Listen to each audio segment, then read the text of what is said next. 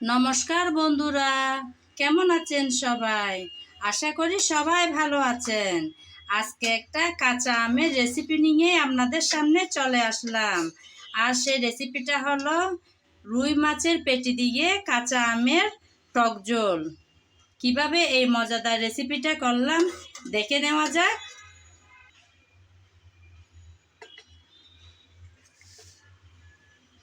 মজার সেই রেসিপিটা বানানোর জন্য আমি এখানে রুই মাছের পেটির পিস নিলাম। আমি এখানে 6 পিস পরিমাণ মাছের পিস নিয়েছি। এটা একটা বড় সাইজের মাছের পিস। ওখান থেকে আমি 6 টুকরা নিলাম। এই মাছ তো আমি নিয়ে নিলাম। এখন আমি লবণ আর হলুদ মাখিয়ে ভেজে নেব। ওই যে বললাম না, আম দিয়ে রুই মাছের টক ঝোল, সেজন্য আমি এখানে আম কেটে নিলাম। খোসা ছাড়িয়ে এভাবে লম্বালম্বি করে কেটে নিয়েছি, এরকম করে সাইজ করে। একটা আমের পিসকে আমি 4 পিস করে কাটলাম। একটা আমকে আমি 4 পিস করে কেটে নিয়েছি। এখন রেসিপিটা করার পালা।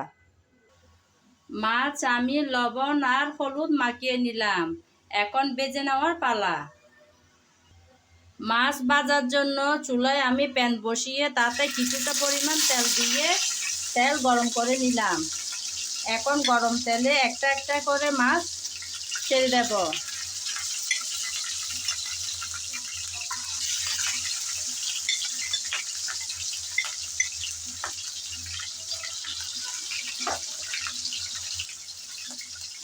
সবগুলো মাছ দিয়ে দিলাম। অপেক্ষা করব যাতে ভালো করে ভেজে উঠে। মাছের একটা সাইড ভাজা হয়ে গেল, আমি আরেকটা সাইড উল্টিয়ে দিচ্ছি। মাছ কিন্তু খুব বেশি কড়া করে ভাজবো না। আজকে যে রেসিপিটা বানাবো তার মধ্যে যদি এরকম একটু ব্রাউন কালার করে ভাজা হয় না, তাহলে রেসিপিটা অনেক মজার হয়। বেশি কড়া করে ভাজলে রান্নার পরে মাছ শক্ত শক্ত হয়ে যেতে পারে।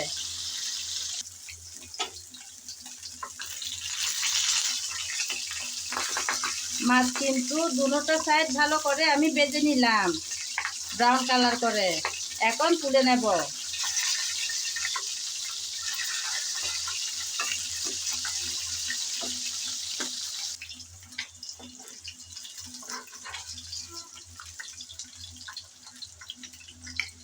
মাছ ভেজে তুলে নিলাম। এখন রান্নাটা বসানোর পালা। রান্না বসানোর জন্য চুলায় একটা প্যান বসিয়ে দিলাম।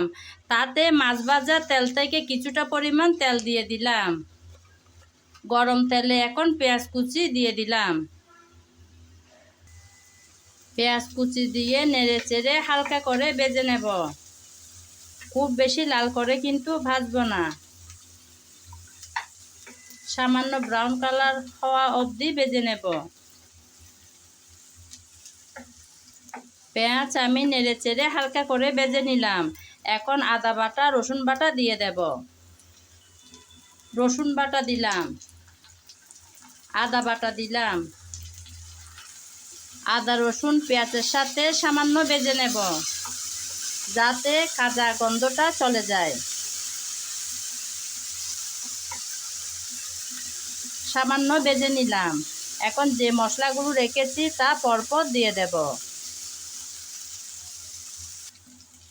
প্রথমে দিলাম হলুদ, তারপর মরিচ, তারপর জিরা ধনিয়া পাউডার, স্বাদ মতন লবণ। সবগুলো মশলা ভালো করে নেড়ে চেড়ে কষিয়ে নিতে হবে। মশলা যাতে পুড়ে না যায়, সামান্য পানি দিয়ে তারপর কষিয়ে নেব।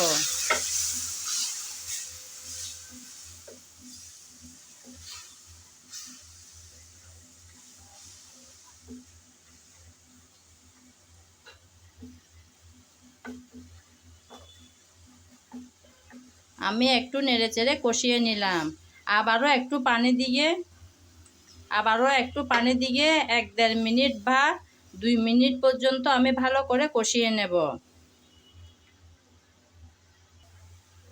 আমি দ্বিতীয়বার পানি দিয়ে আবারও ভালো করে কষিয়ে নিলাম।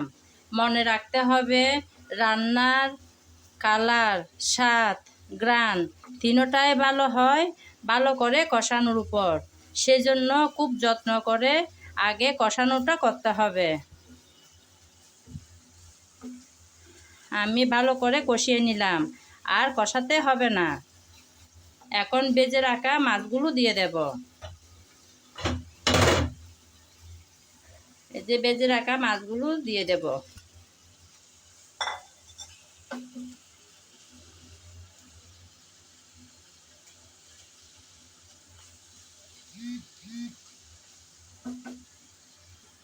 মাছগুলো দিয়ে 3-4 মিনিট কষিয়ে নিতে হবে। আমি প্রায় 3-4 মিনিট ভালো করে কষিয়ে নিয়েছি।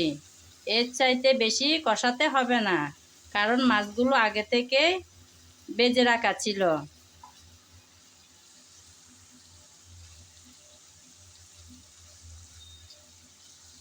আচ্ছা, আমি উল্টিয়ে পাল্টিয়ে ভালো করে কষিয়ে নিলাম। এখন যে আমগুলো কেটে রেখেছিলাম সেগুলো দিয়ে দিলাম।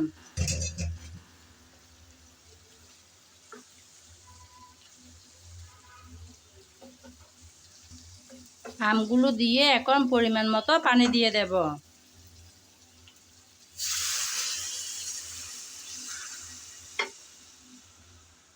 আম দিয়ে আমি পরিমাণ মতো পানি দিয়ে দিলাম। এখন ডেকে রান্না করব 4-5 মিনিট।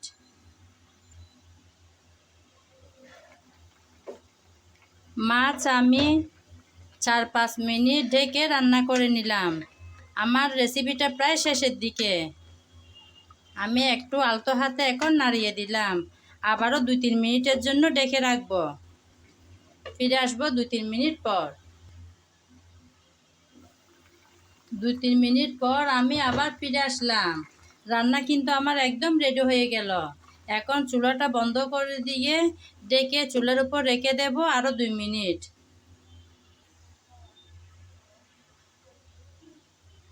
বন্ধুরা, আমি 2-3 মিনিট পর এসে দেখলাম মাছগুলো একদম রেডি। আমি চুলাটা বন্ধ করে দিয়ে 2-3 মিনিটের জন্য ডেকে বসিয়ে রেখেছিলাম। সুন্দর একটা কালার চলে আসছে, তাই না বন্ধুরা? বন্ধুরা, রেডি হয়ে গেল কাঁচা আম দিয়ে রুই মাছের পেটির টক ঝোল। এখন আপনাদেরকে পরিবেশন করে দেখালাম। অনেক মজার কিন্তু। এই গরমে তো একদম জমিয়ে খাওয়া হবে। আমার রেসিপি যদি ভালো লাগে আপনারা একবার হলেও ট্রাই করে দেখিয়েন।